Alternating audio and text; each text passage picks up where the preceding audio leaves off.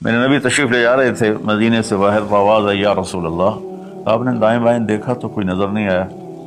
अब चलने लगे तो फिर आवाज़ आई या रसूल अल्लाह। फिर आपने दाएं बाएं देखा, कोई नज़र नहीं आया। फिर आवाज़ आई या रसूल अल्लाह। तो फिर आपकी नज़र पड़ी, एक हिरनी आपको पुकार रही थी या रसूल अल्लाह। सुभान अल्लाह। उनके आप तशरीफ़ ले गए तो वो रस्सी से बंधी हुई थी चारपाई के साथ। कहने लगे या रसूल अल्लाह, मेरे छोटे छोटे बच्चे हैं, वो भूख से मर रहे होंगे, आप मुझे छोड़ दें, मैं उनको दूध पिला के वापस आ जाऊं।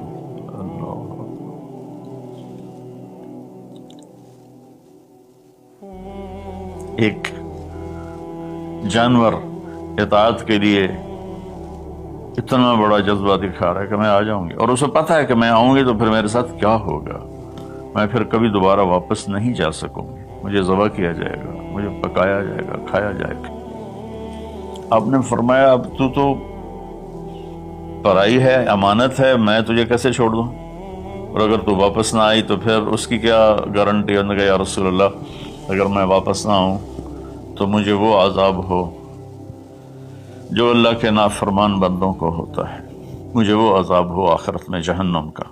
तो आपने उसकी रस्सी खोल दी और वो तोड़ लगा दी उसने, और अब वहीं तशरीफ़ फरमा हो गई।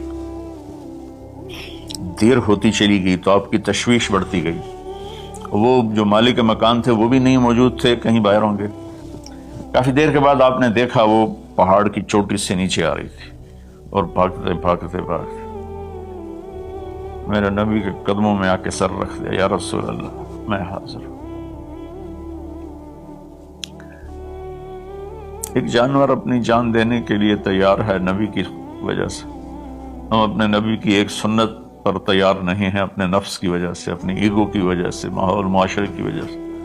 आपने उसको फिर रस्सी से बांध दिया और वहीं बैठ गए। कुछ देर के बाद मालिक आया, उसने देखा अल्लाह के नबी को। जैसे ये हमारे देहातों में होता है, जब मैं अपने गांव में हूँ तो कुछ लोग अपने जहाँ ज़मीन होती है वहाँ छोटे छोटे मकान बना लेते हैं और वहीं रहते हैं। तो ये साहबी भी ऐसे ही थे कि उन्होंने मदीने से बाहर मकान बनाया हुआ था, बकरियां थी, रेवड़ थे। तो उसने हैरत का इजहार किया, या रसूल अल्लाह आप यहाँ कैसे तशरीफ़ लाए। कहा मैं एक दरख्वास्त करना चाहता हूँ। तो उनकी या रसूल अल्लाह फरमाइए दरख्वास्त का क्या मतलब। कहा ये हिरनी मुझे हदिया कर दो, मुझे दे दो। वो हैरान होकर कहने लगे या रसूल अल्लाह आप पर तो जान माल इज़्ज़त आबरू औलाद हर शय कुर्बान है, ये बकरी की क्या हैसियत, ये हिरने की क्या हैसियत। आपने कहा बस मुझे यही चाहिए।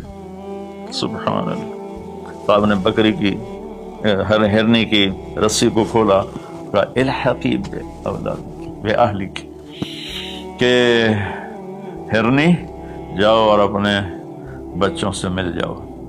उसने एक छलांग लगाई। अस्सिद्क़ु युंजी वल कज़िबु युहलिक, सच नजात देता है, झूठ हलाक करता है।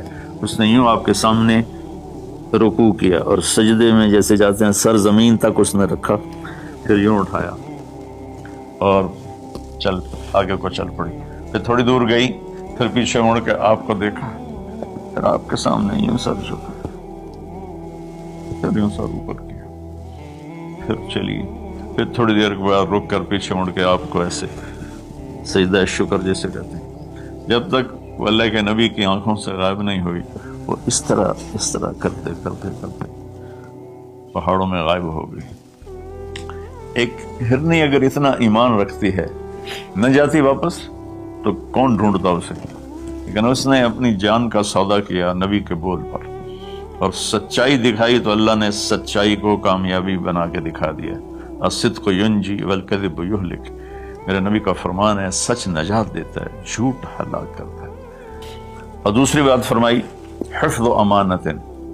तो भाइयों बहनों बच्चों बच्चियों, आज के बाद नियत करो झूठ नहीं बोलना है, झूठ नहीं बोलना है, कि मुसलमान की शान के खिलाफ है कि वो झूठ बोले।